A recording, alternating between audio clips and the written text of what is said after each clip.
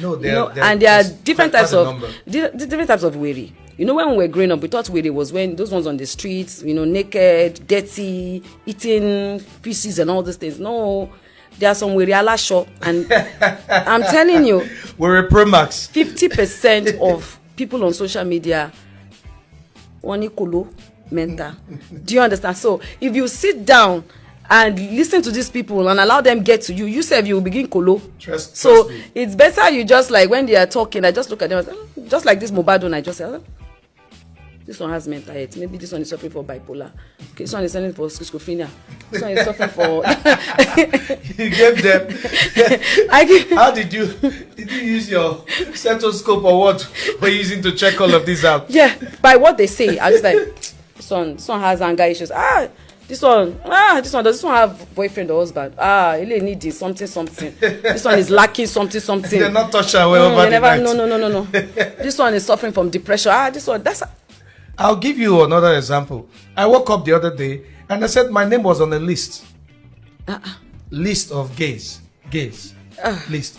Not just my name, my own baby brother, with my mama, he named it. So two family members, we made the list. Really? Gay. Now, why is that painful and insulting for someone like me? Is that not too long, the same social media space, they refused for me to do my show in the UK. It was trending everywhere. What was the reason? That AY was fighting against the gay community. Oh, wow. Iyabo people carry placard. Really? I didn't see that. Oh, I'll show you a video. They came to the venue saying that AY would not do his show, and they were asking the UK government to ban AY from coming in. Then the same social media space, you come again. The wife left him because he took away women. Choose one now. Can't you people just choose one? One thing I've come to understand is that if you pay too much attention to yourself as a man, it's a problem.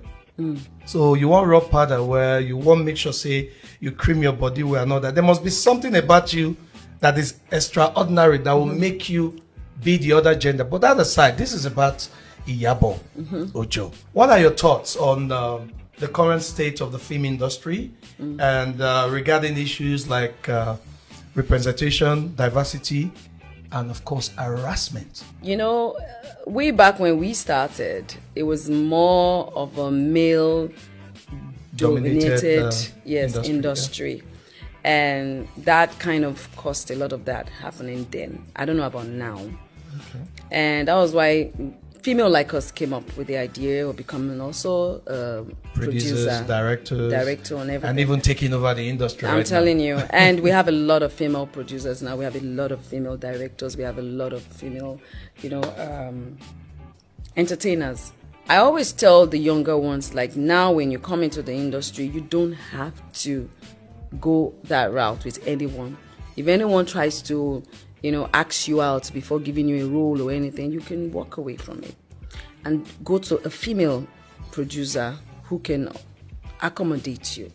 In our own time it happened, but I won't say I was really harassed. I was just one toasting, like one toast. They just asking me out. With the fear face. Yeah, but not like they harassed me that, if you don't do them, myself I know.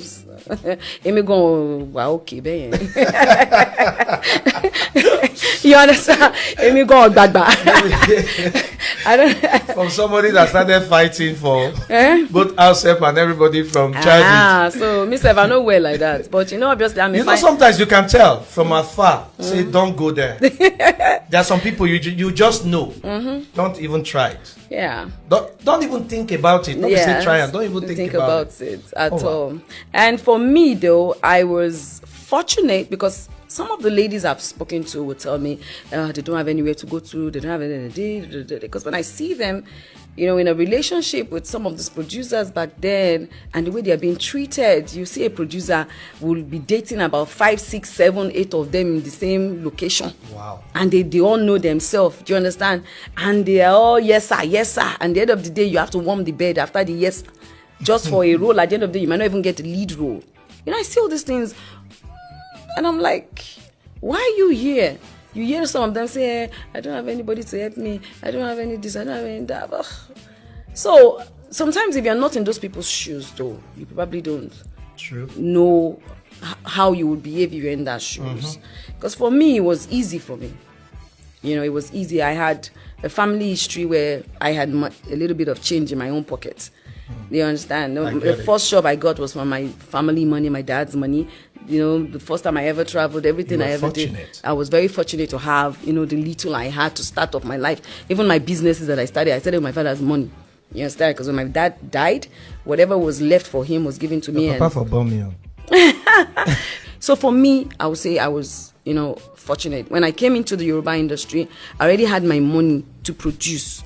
So I just wanted to come and learn the act of being a producer in the Yoruba industry. I wasn't even really interested in acting Yoruba movies because as at that time I thought my Yoruba was not good enough. Do you understand? I didn't know that they would manage my Yoruba for me like that. Okay, so we're going to go back to activism and of course advocacy. You were very vocal about Mohbad. Yeah. The situation that had to do with his death and what happened. Yeah. What motivated you to take a stand and in that situation that shook the entire nation? Okay, so for me, like I said, I don't really like cheating. I was in America when I heard about his demise. I was really very saddened about it. And I witnessed the day. I was in London, actually. At that time, we had a show. So we're coming back, and then we had to drop Vanessa. Vanessa is Polo's first daughter. Okay. Yes. So we had to drop her off, and then I was so pressed. I needed to use the restroom, so I came down to just quickly use the restroom before going.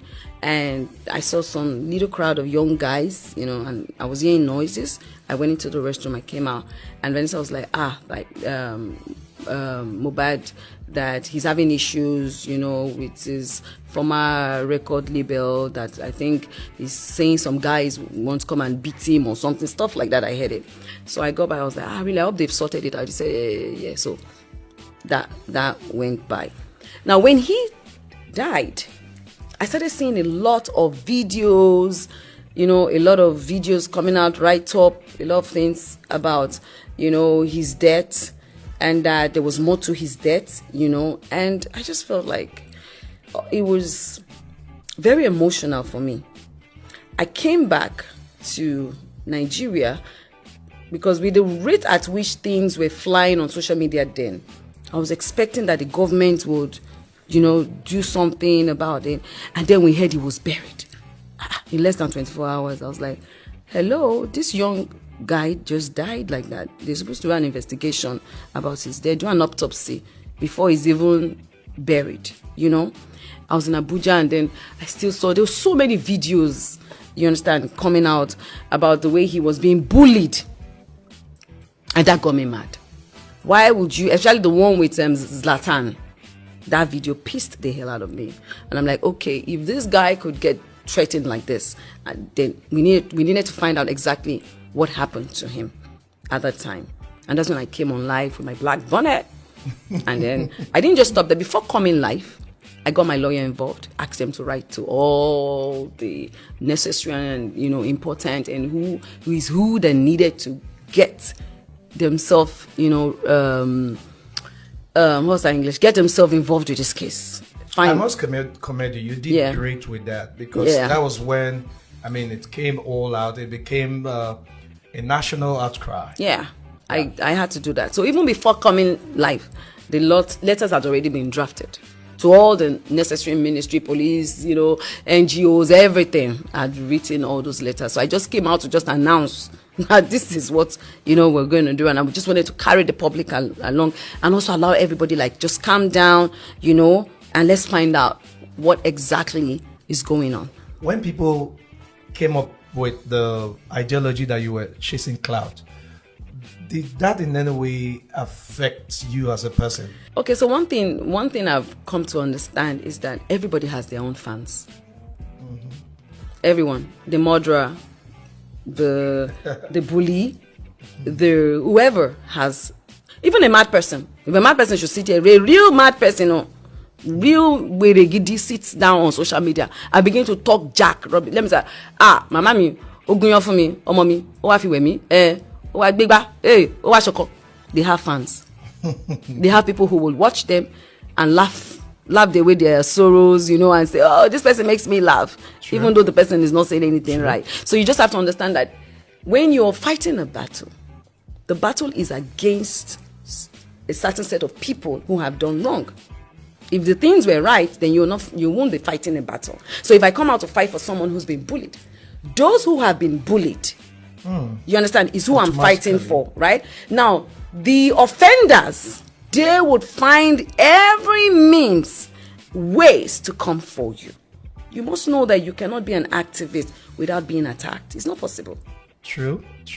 You understand? You can't. If you think that you're gonna come out and say, oh God, let them see someone being slaughtered, right? The person that slaughtered that girl, you come out and say, or the boy, and say, this guy must not go to life in prison, he must be killed. You have people who will come out and say, why must the person be killed? Why can we not forgive the person? It's the devil that used the person. You would always have someone who would stand by that person. I can relate with that. So when you have that in you, when I was coming out, I knew that it might backfire.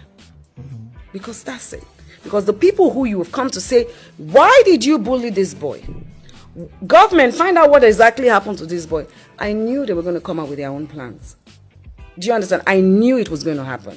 So even before they started coming for me, in the midst of the group that they formed, where they put all the media people that they wanted to use, one of them actually ratted